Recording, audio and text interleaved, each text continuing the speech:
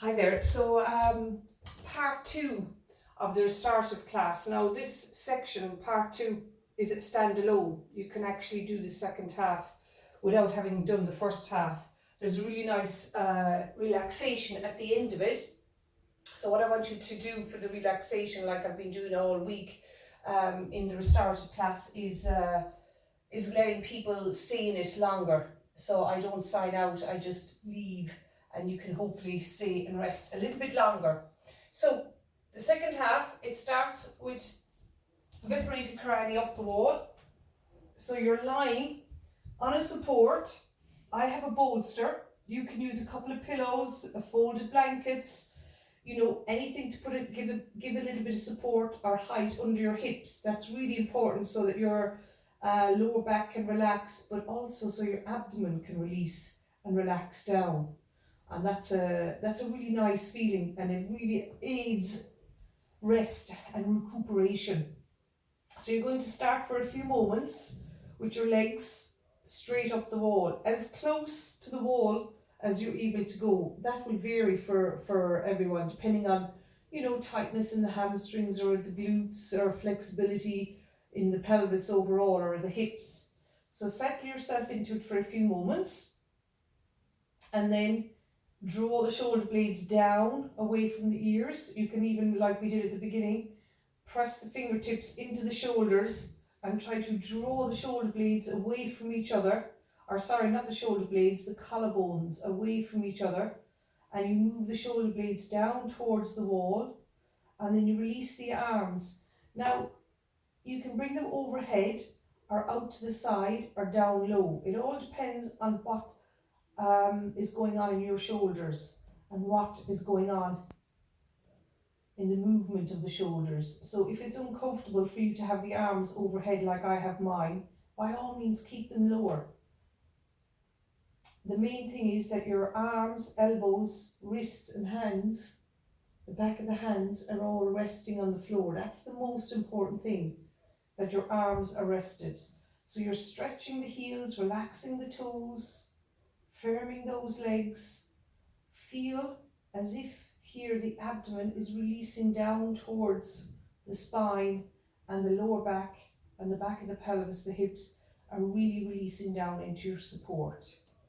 And now from here we're going to come into Supta Baddha Konasana. This is the soles of the feet together.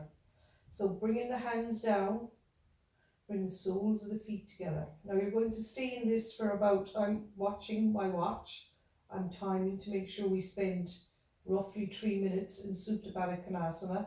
So when you come into it, you're bringing the soles of the feet together. You're trying to press the thighs towards the wall, not your knees, you press the thighs.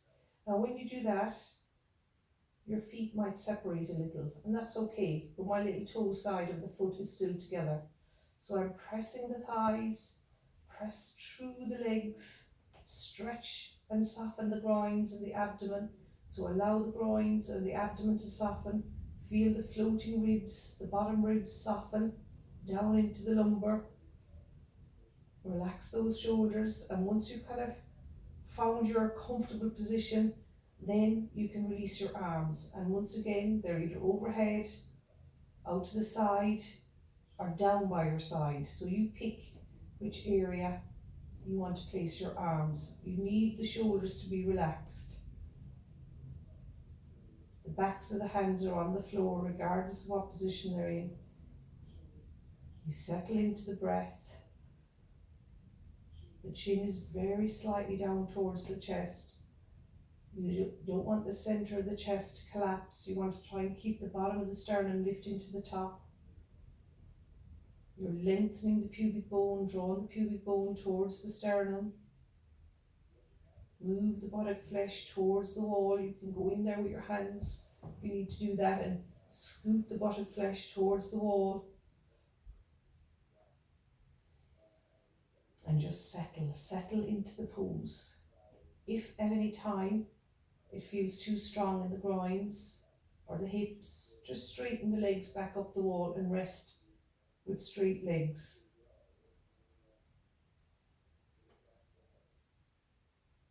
Nice, soft, smooth inhale. Nice, soft, smooth exhale.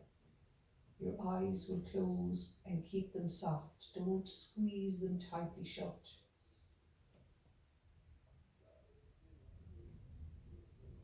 And just let go, sinking deep into the bolster. Support the back of the head if you need to. Make sure the throat is soft, the back of the neck is relaxed. Sinking back of the pelvis onto your support. Stretching the thighs, the inner thighs towards the inner knee. Try to relax and release the groins. Don't tense there. Don't tighten the inner groins. Let them go with each exhale.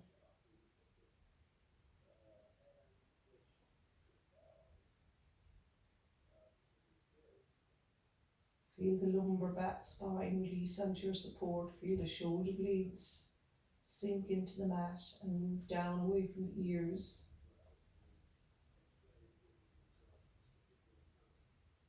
The backs of the hands, the fingers are soft.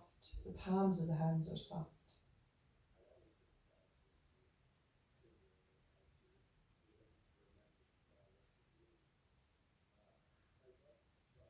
And then very slowly and gently, you're bringing the knees together. Hug the knees into your waist for a moment. And then stretch the legs up the wall. Nice straight legs. Maybe you need to realign yourself on your support. Once again, I haven't got support under my head, but have a pillow, cushion, or a folded blanket under your head. Unless you're very mobile in your upper back, I want you to support the head. I said that in the first half of the class. So keep that support under your head. And now, draw the legs apart. So when you bring the legs apart, I've got my hands down here just to support the thighs as I do so. I stretch the heels away, extend the calf to the heels, settle for a moment, and then what you need to do is check your feet. You need to make sure that the right foot and the left foot are the same height, because the chances are you're probably more open on one hip than the other. So you're just trying to levelize how far the feet have come apart and how low they've gone. Try to resist a little bit, so you're not completely letting go. That will come in a moment, because you're going to stay here again for a few minutes. So you extend the heels. There's a slight gripping in the outer hips. The groins soften. So you're trying to soften the groins here, the inner groins. The pubic bone release moves up towards the abdomen, towards the sternum. Shoulder blades release down. And again, find your comfortable position with your arms. They can be overhead, releasing and relaxing the fingertips. Palms of the hands are soft. Shoulders relax. The gaze is down towards the chest. You can close your eyes if it feels comfortable to do so, but if you want to keep them open, because often when you close the eyes you might just fall asleep, which isn't a problem really, but you want to try and stay relaxed but alert. That's the aim. You're aiming to relax but remain alert. The ears are alert. Now there's a firmness in the legs. You still try to work the knees and the thighs like you do normally. You're trying to extend the heels and the toes, particularly the little toe, move slightly back towards the same hip. So watch the feet, that they stay involved somehow. There's an awareness of this strong opening in the groins and the hips. And if it starts to become too much, once again, bring the legs back together into Viparita Karani. And feel how the abdomen just releases, broadens, softens. Keep moving the tailbone towards the wall.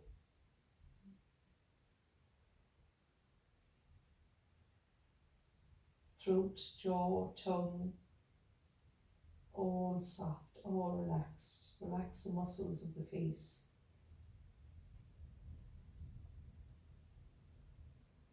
Relax the floating ribs. The bottom ribs are soft.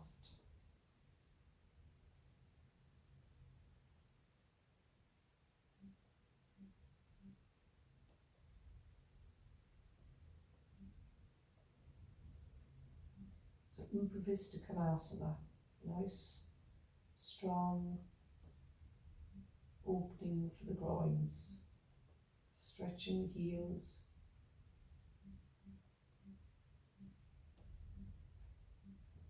firming the legs.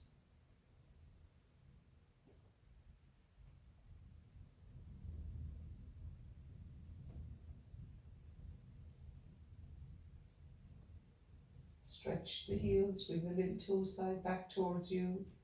Now bring the arms down by your side, onto your waist, onto your abdomen.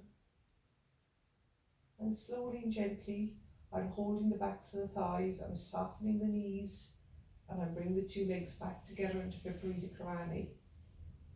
And I can really feel that now in the groins, the front groins, all around the pubic bone area. And then bend your legs, bring the knees into your waist. You can have the feet together and knees apart, or knees together. And this, in this position here with your hips on this raise, it's a very nice stretch for the lower back.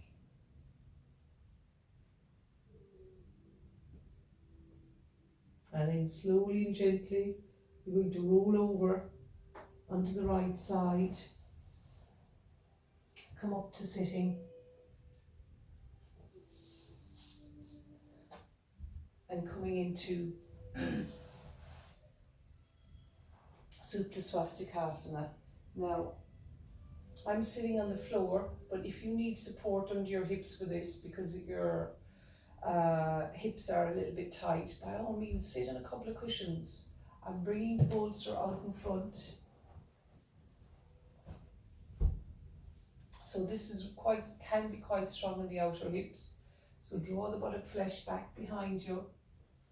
Extend the waist forward. You're not staying in this too long. I'm resting my elbows and I'm turning onto my left cheek. Shoulders relax. Thighs release to the floor. And just rest here for a moment.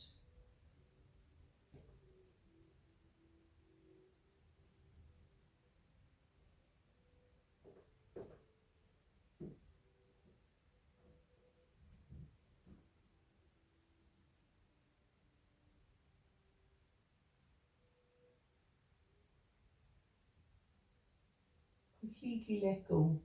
I'll tell you when it's time to come out, so just stay in it. Just let go, release and relax the feet, shins, knees and thighs. And then slowly and gently, you're just lifting the head up, lengthening the abdomen towards the sternum and turning onto the other cheek. Relax the shoulders again, relax the neck.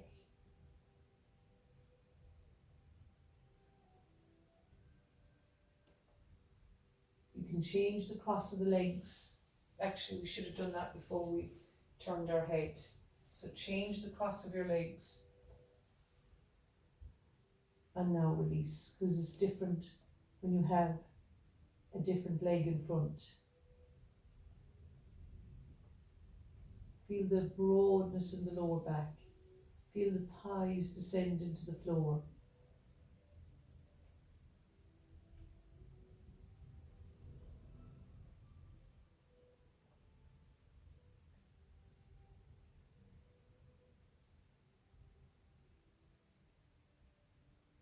Keep the elbows down onto the support, onto the floor.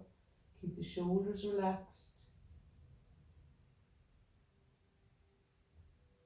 And then slowly and gently come up and out of that. Now, sitting in Swastikasana is uncomfortable for you.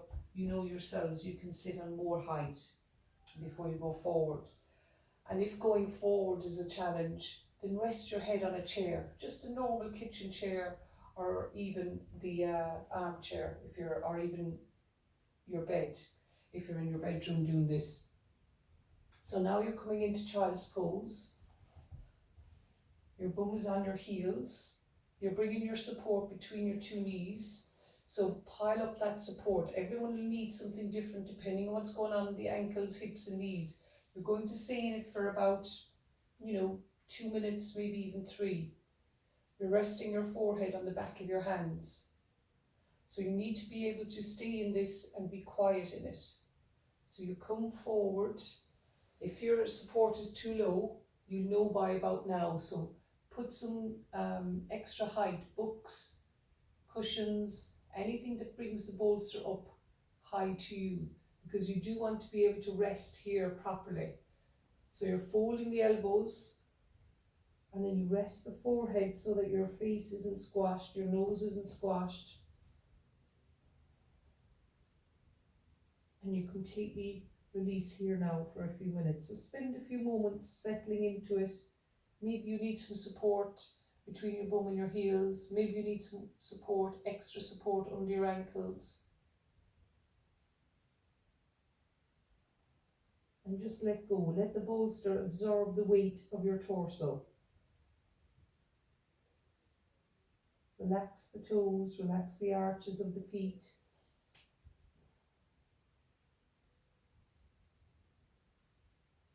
Try to keep the weight into your heels.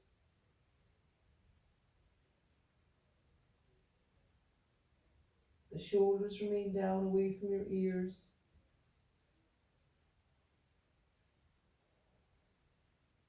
It is really important that your sternum, your chest, is supported.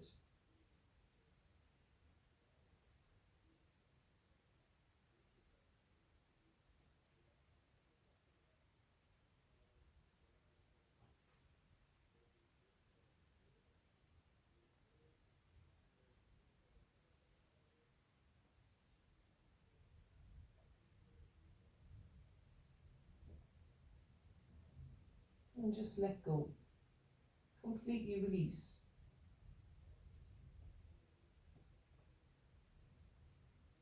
Feel the lower back broaden and soften.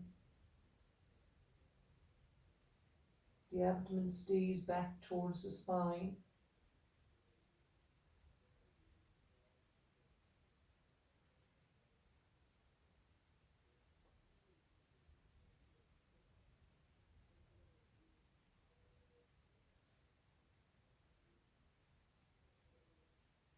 And just smooth, soft inhale and exhale. Don't pull the breath in or push the breath out.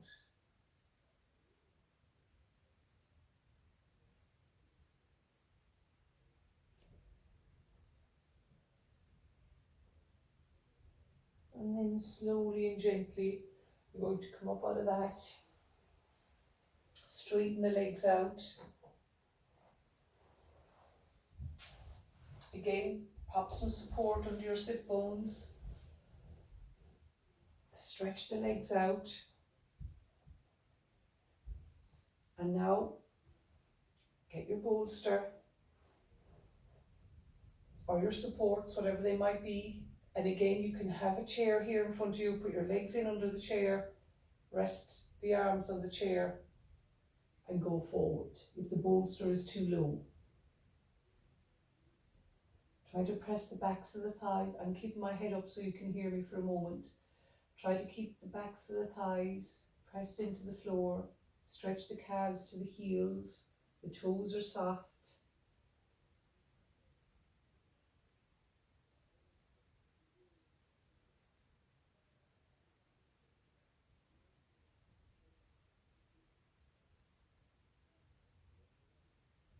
Shoulders move down away from the neck. Extend the trunk forwards. And by all means, sit on a support if you feel stress or strain on your lower back, on the lumbar spine. And again, make sure if your support is too low, you put your elbows and forehead on a chair.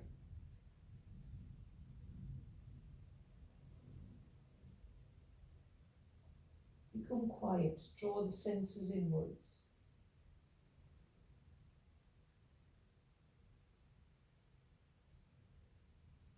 And then slowly release from that and come up to sitting. So now you're going to get ready for Shavasana. I'm going to show you the way I'm doing it, and I'll give you another option if for whatever reason this way might not be comfortable for some of you. So you might want to go and get a little chair, kitchen chair or stool, something to put your legs on. I'm going to use the bolster and a cushion under the back of my head. And that's really important, that you have something under the back of the head, folded blanket, etc. Now I have a really nice dialogue that I got from one of my yoga books from Gita Iyengar about how to get ready for Shavasana and how to relax and release in Shavasana. It's about 10 minutes more or less, but like I said, if you want to stay longer, I'm just going to end the video and please stay and rest. That's the whole purpose of this exercise or this session, this class, is to rest. So if you need to stay longer, take your time. So make sure you've got your blanket underneath you. I'm showing you the bolster.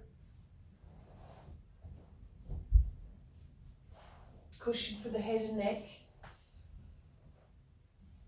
So you're lying down, have your head and neck supported properly. Place the bolster or your supports so they're under the backs of the knees. You can have a couple of rolled blankets or a couple of pillows there. If that doesn't feel comfortable, just get a chair and bend your legs and rest the calves on the chair. Most of you know that anyway from class. So I'm coming here, I'm using the bolster under the backs of the knees. I'm taking time to get the legs comfortable. I move the buttock flesh with my two hands. I'm moving the buttock flesh down towards the bolster so that I can really release and relax and soften the abdomen. And the lumbar is long and the back is rested. If your lower back isn't comfortable, then you're going to hold tension in the abdomen. You're going to tighten it. So you need to be able to release that and relax the abdomen muscles. So spend a few moments settling into this phase, relaxing the toes, the feet. Make sure the legs are released and fully supported either on your pillows or on a chair. Relax the shoulders. Move the shoulder blades down and extend the arms down by your side now, not overhead. Make sure your arms are down by your side.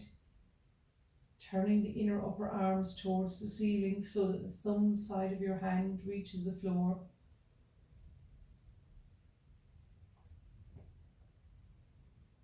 Make sure your head is in the center. You haven't tilted your head left or right. And just take a few moments to settle. And I'm going to go through the little relaxation techniques with you a little bit more in depth. So just stay quiet, stay comfortable, try not to move anymore, make any adjustments you might need. Maybe you want to get a pillow, an extra pillow, maybe you need a blanket over you if you're feeling a little bit cold. So just find what's comfortable, a position, and maintain it.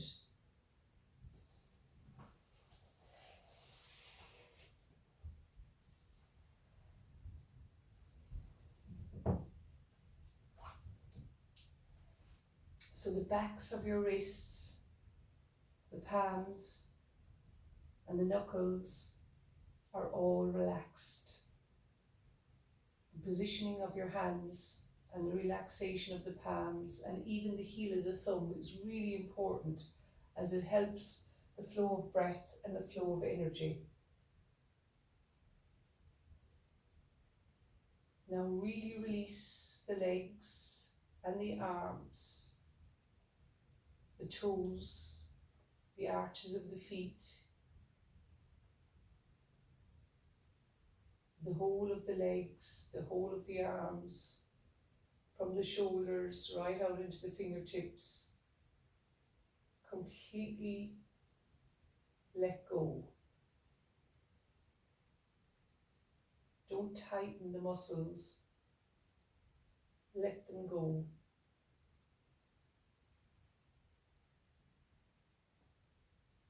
Feel that the body is aligned, that you're not leaning too much on your left or right side, or that you haven't turned the head left or right. Are the feet rolled out equally? Are the knees soft? Are you gripping or tightening in any area? Let go there. Bring your awareness into the eyes. They're closed, obviously, by now. The upper eyelid is gently touching the lower eyelid. You haven't squeezed them tightly shut. The eyelids are soft. The backs of the eyes release into the eye sockets, back into the back of the skull. Move the inner edges of the eyelids deeper in towards the nose. Lengthen the outer edges of the eyelids towards the ears. Relax the forehead from the hairline right down towards the tip of the nose and feel it broaden and soften, especially between the eyebrows. Draw the senses inwards, the ears, but keep them alert so that you have some sense of what's happening.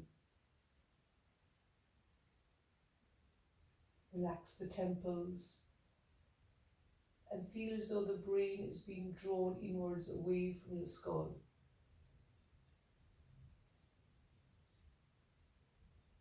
Relax the lower jaw. The tongue is passive on the floor of your mouth. Release the eyes, the ears, breath, tongue, brain, and the mind.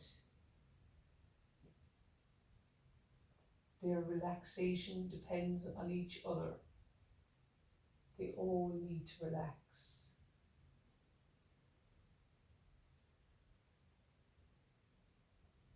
The place of intellect is in the brain, while the place of mind is in the heart. Hence, they should both be relaxed to feel the full benefit of your Shavasana. Breathe deeply as you settle into your breath and become aware of it. The breath will become quieter. Again, bring your awareness into your muscles. Don't tighten any of them. The mind remains undisturbed. The deep breathing reduces any tension, fear, worries in the mind and supplies oxygen to the whole body.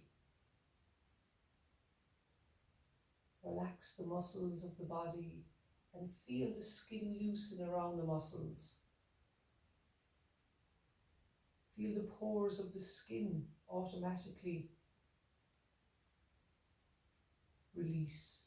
The nerve fibers beneath the skin are relaxing.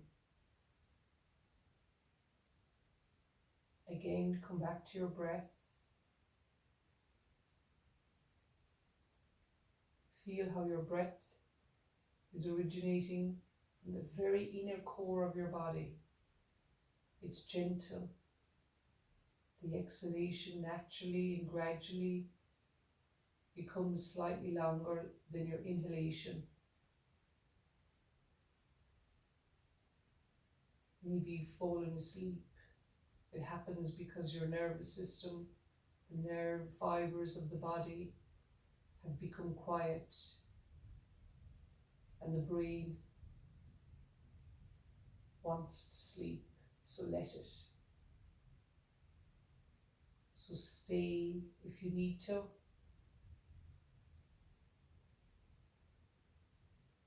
But if you're ready and you want to, you're going to come out of your Shavasana, rolling to the right side, coming up slowly and gently to sitting, bringing the palms of your hands together. Many thanks.